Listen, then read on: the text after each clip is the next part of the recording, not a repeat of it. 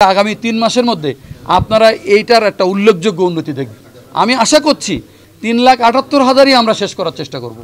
এটা আমাদেরই দুর্বলতা। আমি বলবো যে আমাদের কাছে, আমি কয়েকদিন আগেও বলেছি যে কারেকশনের যে আবেদন থাকে, নামের কারেকশান, বয়সের কারেকশান, বাবা মার নাম কারেকশান ইত্যাদি ইত্যাদি, এবং ঠিকানা কারেকশান, যে এই যে আবেদনগুলো থাকে, এই আবেদনগুলো প্রক্রিয়া করতে একটা সময় লাগে, কারণ তদন্ত করতে হয়, কাগজপত্র চেক করতে হয়।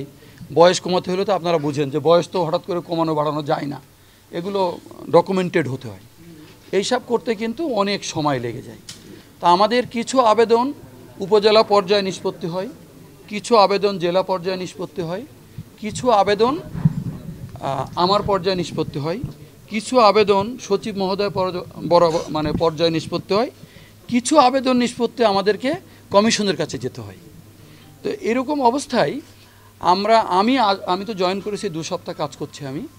তা আমি যেটা এসে দেখেছি যে 3,78,000 আবেদন পেন্ডিং আছে, এবং এই পেন্ডিংটাই হচ্ছে সম্ভবত এই দুর্নীতির একটা বড় সুযোগ।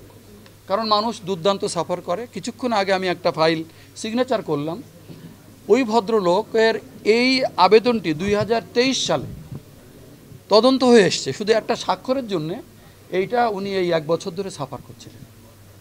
আগের টাইমটা আমি আর বলতে পারছি না।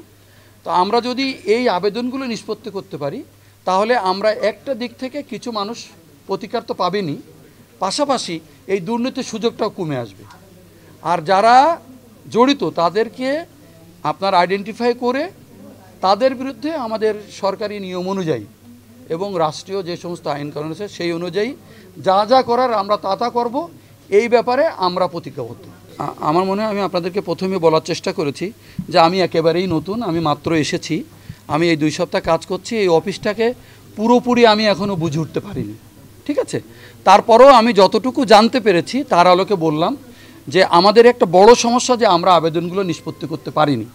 বাট আপনাদের জন্য আমি বলি, সেটা হচ্ছে কমিশনের পারমিশন নিয়ে আমরা, যেহেতু জনসংখ্যা আমাদের কম, মনে করেন আমি একজন ব্যক্তি, আমি কিন্তু ইচ্ছা করলেই 1 দিনে বা 5 দিনে বা 10 দিনে বা 1 মাসে হাজার হাজার আবেদন নিষ্পত্তি করতে পারবো না।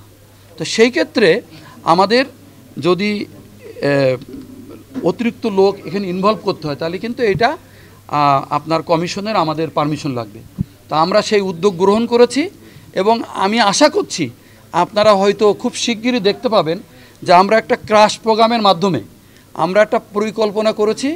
যদি সব কিছু ঠিকঠাক থাকে, আল্লাহ আমাদের প্রতি সহায় থাকেন, তাহলে আগামী 3 মাসের মধ্যে আপনারা এইটার একটা উল্লেখযোগ্য উন্নতি দেখবেন। আমি আশা করছি এটা শুধু 3 লাখ না, 3,78,000ই আমরা শেষ করার চেষ্টা করব। এখন তারপর 3 মাসের মধ্যে এটা আমরা পরিকল্পনা নিয়েছি। এখন এই যে দুটো কথা বলেছি, পাশাপাশি আমাদের তো নির্বাচনের অন্য কাজ করতে হচ্ছে, তো সুতরাং আমরা চেষ্টা করব শেষ করতে, যাতে দুর্নীতি করার এই সুযোগটা কমে আসে।